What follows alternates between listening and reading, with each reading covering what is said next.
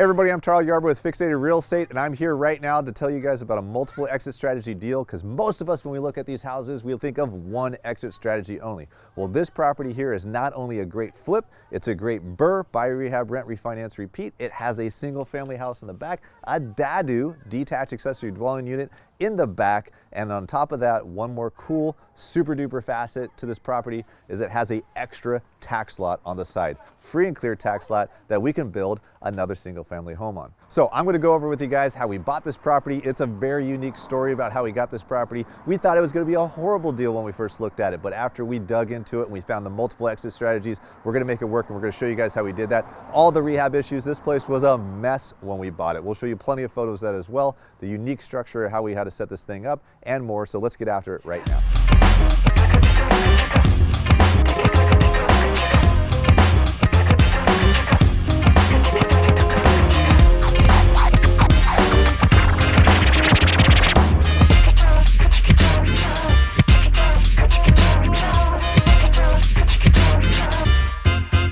All right, so let's check out the house. So we're gonna go over the rehab with you guys first as we got into this property. This thing was a mess, as you can tell from the before photos. This house was built in the 1930s. And when we found this property, we found it from a very nice, sweet old lady who was tired of owning this property. It was completely run down. She wanted to retire. She needed some extra cash, but she couldn't sell it. Why couldn't she sell it? Because of this right here. This is a DADU in the back, detached accessory dwelling unit, which in reality looks like it's gonna be the coolest reason to keep this property. But what if you had that DADU, you lived in this house, and in that DADU you rented it out and you had somebody that wasn't paying their rent? Not only were they not paying their rent, they weren't paying their rent for about 6-7 months before the pandemic hit early 2020. And what happened in March 2020 when it comes to evictions and people being able to get, unfortunately, kicked out of their house? Even though it was a great thing to be able to help out people during that time, for the people that were already going to be evicted out of the properties to begin with, for non-payment for 6 months to pay an 80-year-old woman that they just basically took advantage of, those people decided to take advantage of the eviction moratorium even more. So the people in the back, they didn't want to get out, so they stayed in the property. We had an eviction date for them set up in March for court date. They didn't have to go to it because of the eviction moratorium, and it allowed them to stay in that property for another 9 months free and clear before we were finally able to get them out for the nice lady here, which meant she could finally sell the property. So sometimes when it comes to being able to do these type of deals, you have to really get creative to be able to help out people, to be able to get through the challenges that they're going through. If we just jumped into this deal and saw that she had that issue back there, we saw the moratorium coming, we had all the problems that was going on, we could have just bounced out. But we worked with her, we worked with our attorneys, and we helped them figure out how to get rid of the people in the back who tore up the property, took advantage of the lady that owned this house, and we were finally able to get them to leave after 9 months on top of 6 months of not paying it. So 9 plus 6, that's 15. That's 15 months free and clear rent for the people in the back before we were finally able to get them out and buy the property from the lady here. Now, what did we buy it for? We bought it for $190,000 after all expenses, because we paid all her closing costs and so forth. And we budgeted $135,000 for this project from start to finish to not only remodel this entire property here, but also remodel the entire property in the back. Now, we saved some money in that budget to be able to potentially get some plans for the lot on the side, which I'm going to go into in a lot more detail later in this video. But guess what? We didn't hit budget at all. That's right, we didn't hit budget at all. And I'm going to go over those numbers in explicit details. Now, what happened? We bought this property in 2020, went through a lot of challenges, went through contractors not being able to work on the property, went through supply chain issues, still going through supply chain issues, and a budget of $135,000 that we scheduled that budget back in 2019, all of a sudden crept up to almost $180,000. And there's a lot of reasons for that, and we'll get into that as we go. So let me show you guys around this property, and you can see from the before photos previously, we changed the entire layout of this property. We did not have a sliding glass door here. We wanted to be able to make this so people could go in and out of the property from the backyard, because there's no backyard exit. The kitchen layout was completely different, not the same at all. So we do what we do best. We redesigned the kitchen, we update the quartz, the granite, all that stuff. Cabinetry, everything, make it all super cool. We've used luxury vinyl planking on the flooring. We like to use those for our flips and our rentals, especially in neighborhoods like this. We want to spruce it up because when we do a BRRRR, buy, rehab, rent, refinance, repeat, we not only want to be able to get the top dollar we can for rents, but we also want to get the top dollar we can for the appraised value, the after repair value. A lot of times one of the problems people make when they do BRRRRs is they do rent grade finishes in their BRRRRs expecting flip grade appraisals for the ARV. So how can you get a flip grade appraisal for the ARV if you put rental grade quality in it based on the comps, the comparables that you receive for your properties? In this neighborhood here, we figured if we put quartz, we put nice cabinetry, we put tile, we put LVP, we make everything super cool, that we're gonna get the highest value we can for this property, which is gonna mean that it gives us more likely when we go to refinance the property on the back end that we get a high appraisal and we can get most of our money back out and not have to leave a bunch of money in, which hopefully gets us an infinite BRRRR. Well, I got news for you. It's not an infinite BRRRR.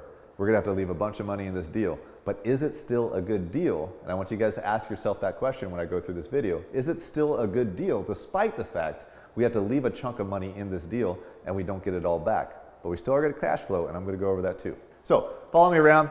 So some of the things that we went through on this property that was a little bit unique. This downstairs portion wasn't that big of a deal. We have a nice bathroom that we're able to remodel. It was totally gross when we first bought it. But the unique portion of this property is none of this stuff behind me. It's this way, Mr. Cameraman. Say hi, Dylan. Hi. Hello. This, hopefully there's a doorstop there. Cool, all right. Okay, Woo. okay, I don't want to break anything. What are these stairs are crazy, right? So this is, like I said, this is 1930s-ish house, and a lot of them had unfinished attic spaces up at the top. All these stairs, believe it or not, are to code. This is a fully permitted house. Always get your permits when you need to get your permits. And in the city of Bremerton here, this was still good to go to finish this out, have these crazy-ass stairs to finish out the entire attic space upstairs and add a second story. Now, we didn't actually add the second story. We finished the attic to make it a second story. So let's check that out. So we took a 2-bedroom, 1-bath house on the main level, and we finished up the upstairs to add a master suite, including a master bath and shower and walk-in closet. So the problem with these attic spaces, right, is that you have these ceilings. But to code, this is about 4.5 feet. This is all good, and this is all considered living space. You can still put beds in, you can do all that stuff, and it's great. We love finishing out attics whenever we can because it's extra space. Sometimes these attic spaces in the Pacific Northwest are so tight and so small that I'd be up here like this. That's ridiculous. You can't finish those, and a lot of cities won't allow you to. City of Bremerton, we're good to go. Now, we're proud though because we figured out how to add this nice master suite in here, which changes things up completely. We have a nice vanity, we have a nice walk-in shower, right? Even a little peekaboo window so you can look at your neighbors. Hey!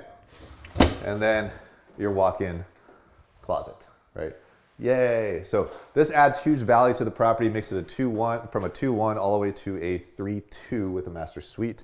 It does have a unfinished basement, which we'll show you guys some B-roll on that so you can see what it looks like, but we don't need to go down there. Why didn't we finish the basement out? Sometimes you gotta stop. You gotta stop because some basements aren't worth finishing. It'd cost way too much to make that a livable square footage to make it worth it because of ceiling height issues, water drainage, blah, blah, blah, blah. Now, where did the rest of that money go that we did on this property? Well, we also had a DADU, the detached accessory dwelling unit in the back. So let's go check that out. This is awkward.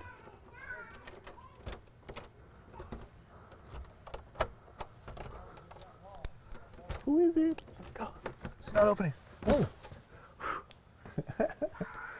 All right, so we're also going to rent out this unit in the back here. Now, this was the nastiest thing. This is the one where the people were in it for 15 months without paying rent. They tore the place up. It didn't look great. I mean, the bathroom alone over here was completely destroyed. Downstairs was completely destroyed. Kitchen, a mess, right? But we were able to fix it up. We changed the floor plan only slightly in here. Made it look a lot nicer. We used the same finishes as we did in the main house. You got your living room area. It's only 1 bath, 1 bedroom, 1 bath. But it's all nice, all newer, and we're going to get a sweet top dollar to be able to rent this out. Now, can you Airbnb this thing? Let's talk about that for a second. A lot of people right now want to do short-term rentals and try to get top dollar. Can you Airbnb it? Absolutely. Now, we plan on also renting out the main house in the front, which, like I said, I'll just go over the numbers. But if I rent out the front for them in the main house for a long-term tenant and then do an Airbnb in the back in the DADU, it's kind of awkward, kind of a pain in the butt, not something we want to worry about. We either do an Airbnb on both or we don't do it at all. That's my opinion. The other thing to think about for you guys out there wanting to do short-term rentals and Airbnbs is how are you going to get your financing? Most lenders out there do not like lending on short-term rentals, especially if you have a bunch of other properties already. Some conventional lenders like your Fannie Freddie stuff, they're just going to look at your debt to income ratio and credit score and be able to give you a loan on that. But if you aren't doing that and you want to go to an asset-based lender or commercial-based lender, they're going to be looking at the fact that they don't like renting to Airbnbs and short-term rentals unless you've owned them for 6 to 12 months already, running them as an Airbnb. So keep that in mind when you do your business plan if you plan on doing just short-term rentals, because you might not be able to get the takeout financing on the back end like you think you will. So always, whether it's a BRRRR, short-term rental, doesn't matter.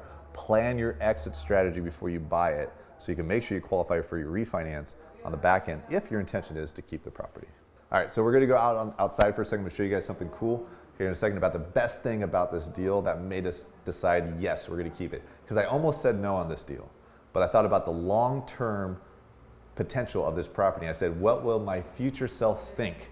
Am I gonna hate myself for not doing this deal, or am I gonna love myself more for doing this deal? I do the same thing with flips and BRRRRs. After I'm done fixing a property up and I decide maybe I wanna flip it, if my future self would be pissed off that I sold the thing, then I keep it. If my future self doesn't give a crap, then I'll probably sell it. So let me show you guys what's outside on this deal and why we thought this deal was the best deal for us to keep. All right, so what made the deal the best is because of this here. This looks like a big, huge extra yard on this property. It's huge, right? It's almost as big as actually, it is as big as the lot that is attached to where the house and the DADU are in the first place. It's the exact same size. In fact, it's an extra lot. That's what makes this deal fantastic. So when we're done refinancing this property here with the single family and the DADU combined, we're going to leave some money into the deal. But in return, will we not only just get cash flow for renting both of those units out, we're also going to own a lot free and clear that we can sell for almost $100,000 as is, because you could build another single family home with a DADU here as well, here in the city of Bremerton. It's good to go already. That extra 100 grand is just because of this extra piece of dirt that looks just like it's part of a yard.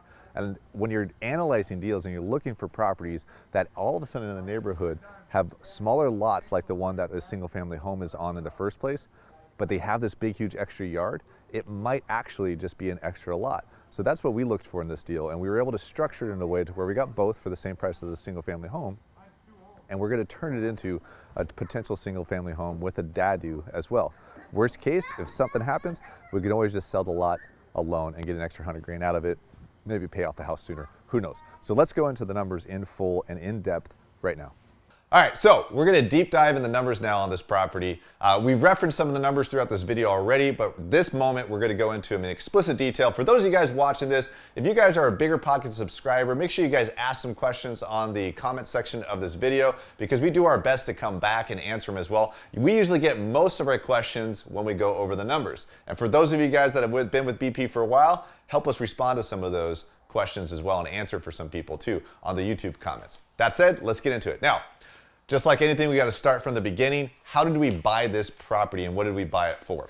For $185,000. Now, the reason why I'm not writing $185,000 yet is because we also had to pay the seller's closing costs. It was part of the negotiation. This lady wanted to be able to walk free and clear from this house, not worry about anything. And so we decided to pay the closing costs for it, and it tallied up to, I've got my little cheat sheet here, tallied up to $190,954, right? So that was our total cost for purchasing that property with the single family, the duplex, the DADU, and also the extra lot. So if you're not from our neck of the woods, that's a pretty sweet deal. So we're good on that. Now, once we bought that, we budgeted $135,000 for the rehab, just for the rehab alone, which I mentioned to you guys earlier. But I also mentioned to you guys, we went way over budget on this one. Right, it's one of the things that I really am frustrated on this property quite a bit, and lots of reasons why that is. We set this budget, as I said earlier, back in 2019. It's 2022 now. What the heck, right? So we set it back in 2019 because that's when we found this property. That's when we negotiated everything for this property, and we budgeted based off of 2019 prices. Lo and behold, we went over the evictions, we went over the challenges with the DADU in the back, we weren't going to close on it, we didn't close on it until the end of 2020, and then we had the supply chain issues, the fact that contractors couldn't work on stuff, we had everybody was working on rehabs in the area, we run into supply issues, blah, blah, blah, blah, materials went up, Not that long ago, remember, lumber was like at an all-time high. Blah, blah, blah. Excuses, every single one of them, to justify on video to you guys why we spent $180 on the rehab. A little embarrassed by that, but I must not be that embarrassed if I'm telling you guys, thousands and thousands of you guys right now. So, just so you know, those gurus out there that like brag and all that kind of stuff, how many of them are going to tell you that they spent almost $50,000 more on a budget and brag about it, right? Anyways, besides the point. So we did all that. Now we also did about 13 months of hold time, right? So it's been about 14 months holding the property to be able to start from finish. Why was that? Well, we gave a few months. We didn't say this earlier. We spent a few months allowing the lady that we bought the property from to be able to still live there and rent back from us so she can get her stuff together. She had no money. The money that she got from selling the property, she used to be able to find somewhere else. She had to find another location. So we gave a few months back to her. Then we had the supply chain issues. Then we had the contractors issues and blah, blah, blah, blah. The project went over budget and over time. Why is this important for costs? It's because we borrowed at a 10% interest rate, right, from a private. So at 10%, borrowing every single month, 10% adds up for interest costs. So that's 10% a month in interest, or sorry, 10% annualized in interest, which adds up. We borrowed for the purchase and we borrowed for the rehab. And why is that important too? Is that's $325,000 that we borrowed at a 10% note, which equates to $32,500 in annual interest per year. So that's a lot of money to pay in interest every single year in holding costs. So that's another reason why 13 months kind of sucks, because about $32,000, a little over 32 grand, goes back to paying the lender. Now, some of you guys might be asking, how do you borrow $325,000 on a $190,000 house? That seems crazy. A lot of lenders are going to base what they lend you based on your experience and who you are. Hard money lenders do this too. Private money lenders do this. Some commercial banks will do this. They base what they lend on you up front based on the ARV, after repair value, on the property, and the scope of work, SOW, that you submit. So your scope of work that you do on the property, that messed up house that we just went through, is going to determine what the ARV is going to be. And a lot of lenders will look at saying, okay, if your scope of work is going to make this property like what we did, a master suite up top, make it super sweet, the DADU, fix the heck out of it up, put quartz and everything, new electrical, new plumbing, new roofs, new windows, new all the stops, plus the extra lot. What's that property worth after you fix it all up? And they're going to lend to you based on the after repair value, a certain percentage. My particular private money lender that I use will lend me up to 80% of the after repair value of whatever it is, but whatever the property is going to be able to use for purchase and for rehab. Some hard money lenders will lend you up to 75% to 80%.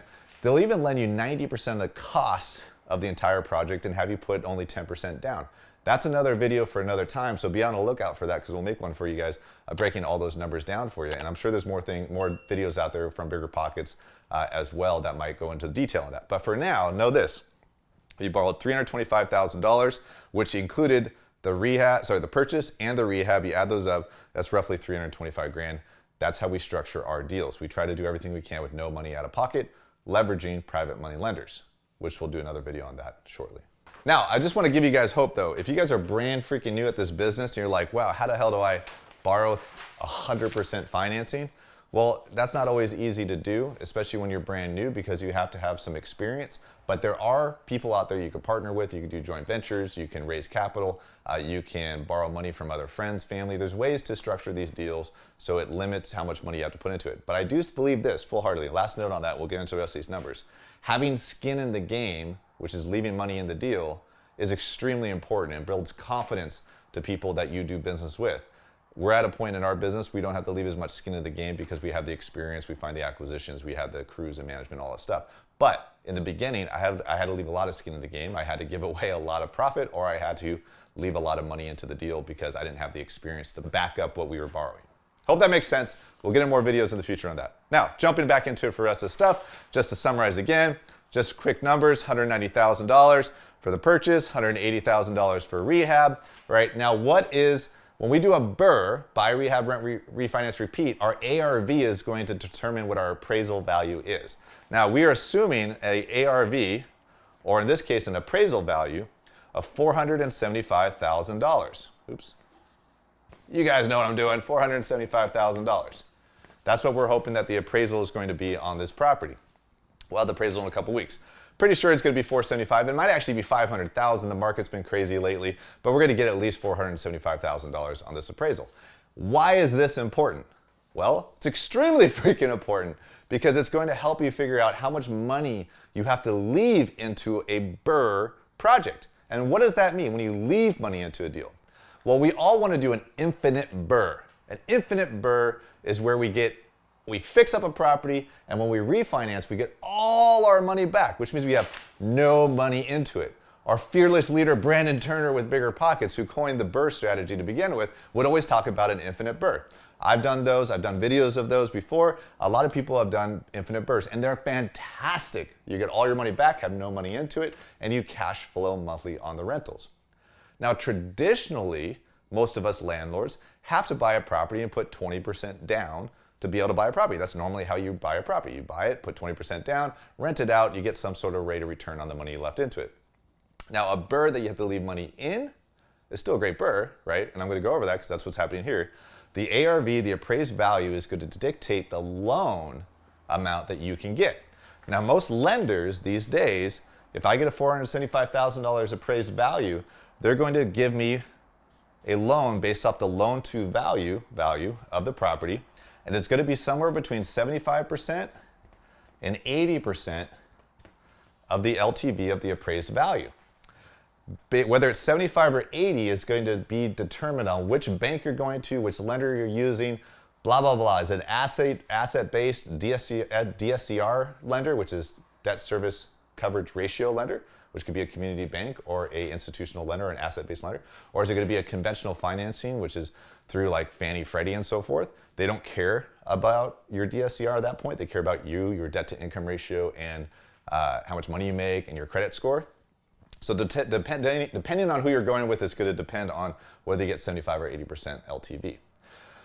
Now, in our scenario on this property, we're going to get 80% loan to value because of the lender we're choosing. We're going to refi into a 30-year fixed. And based on rates today, with where we're going and where I think they're going to be, I'm conservatively assuming that I'm going to get a 4.5% rate on a 30-year fixed at 80% LTV. Now, if we get a refinance at ARV at 475, that means my new loan amount is going to equal $380,000. So that is the max loan I can take out in this scenario. So you might look at this, oh, that's not too bad. You might look at it and go, okay, 180 plus 190, this 190 purchase, 180 rehab, that's $370,000. Sweet, I can get a loan for 380. I get 10 grand back, right? Wrong, absolutely wrong. Let's not forget that I have interest that I have to pay. Let's not forget there's closing costs that have to be paid, right? Now, let's not forget any of those things that come with closing a loan, right? Interest to pay back the previous private money lender that I borrowed the $325,000 from, sorry, because I borrowed $325. And let's not forget that I have overage of the rehab that I spent. And let's not forget that I have closing costs to be able to do the loan together. So all in, my cost for this project, including refinance costs, is going to be $419,379. So that's my total cost for this project. The most I can borrow is $380,000 if it appraises for only $475. Let's hope it appraises for more. All right, so let's recap here. Max loan, $380,000. My cost is $419,379. That means I have to leave into the deal, wait for it, $39,379. So that is what I have to leave invested into the deal. So when I refinance, I don't get that money back. Now some of you guys are like, I don't understand, I don't follow the numbers yet.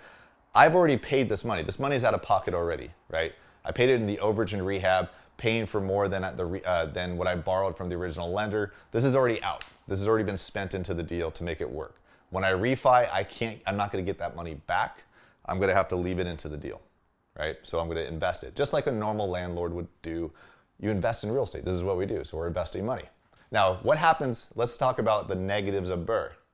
Because everybody talks about the greatness about BRRRR, how fantastic it is, blah, blah, blah. This could be one of those things that might catch some of us by surprise, where what if we don't have that 40 grand to leave into the deal? What do? What's next in that scenario? Do you sell the property? Do you try to borrow that money from somewhere else? What's the solution? Now in this scenario, if I didn't want to leave that 40 grand in, yes, I could sell the property, and if it's sold for $475,000, after paying real estate costs and closing costs, then I might get about 20 grand back closing it. So I'll make a profit of 20 grand. So cool, I could do that on that project. But I think that it's gonna be better for us in the long run if we kept this project and continue to invest in it, because there's one little catch that we didn't talk about yet, too much in too much detail. What about the extra lot? That $475,000 in ARV that I was mentioning, that's just the house and the DADU. That's just that lot. That doesn't include the extra lot on the side. So if you add the extra lot on the side, that's at least another $80,000 to $100,000 in value. Now, why am I not including that in the appraisal? Is because the extra lot, lenders do not want to lend on raw land. They want to lend on single family homes. So the land itself just sitting there is just raw land. So I'm not going to be able to get the loan on that and automatically add 100 grand value, make it worth 575, and get the lender to be able to borrow 80% of that. That doesn't work that way. It's a separate tax parcel. So they're going to look at that as raw land that has no value to it other than what you build on it. And it's still worth about 80 to 100 grand, but a lender's not going to lend on it unless you're going to do a construction loan, and that's another video for another time. But in this scenario, we can't count that to the value of this property. And if we tried to count it to the value of this property, they're not going to give us this kind of valuation on it, because they're just going to mean you just have a larger lot on the actual property itself, which doesn't count. So maybe they give us an extra 20 grand or something. So not worth it. So what's going to happen when we refinance, we leave that 40 grand in, we're going to owe nothing on that lot. The lot is going to be free and clear. So all the debt is going to be encumbered in a first lien position on the house and the DADU, and the lot is going to be free and clear, and we'll owe nothing on that. So let's say that we did sell the house later and we got 20 grand out of the house. Cool. Then we still have a free and clear lot because that's not included in the sale. So good all the way around. Looks good, tastes good, smells good. Worth keeping this property and trying to find a way to keep $40,000 into it. Luckily, we have money to invest into it, so we're going to do that. Now, what does that mean for the numbers for rent? Let's talk about that briefly. So the SFR and the DADU rent separately. The SFR, if you can believe this or not, is going to get $27.50 a month in rent. And the DADU is going to get $16.50 a month in rent. And to tell you the truth, today, just happens this morning, in fact, right here in this spot, my wife was working in this spot earlier. She has somebody that is going to lease up both of them for a total and spend $4,400 a month leasing up both. Fantastic. We thought we were going to have separate tenants. This nice lady has kids coming along the way, has her grandparents living with them. They can put the grandparents in the DADU, rent out the single family, have kids, blah, blah, blah, blah. Everybody's happy. They have the extra lot to rent as well. And we're going to make a total gross rent on that property of $4,400 a month. Yay! Now, what does that mean after expenses? Let's go over that. So we have $4,400 a month in gross rents. That's rents, right? Now you have your principal and interest payment, your PI, for a $380,000 loan at 4.5% interest rate, 30-year fixed, is going to cost us $19.25 a month. And then we're going to have our TI, PITI, principal, interest, taxes, insurance, TI, there you go, is taxes and insurance. That's your property tax and insurance. And in our area, property taxes aren't too bad, neither is insurance. But you add those two together, right? We're going to have about 125 plus 300, so we got about $425 a month, roughly, in TI, right?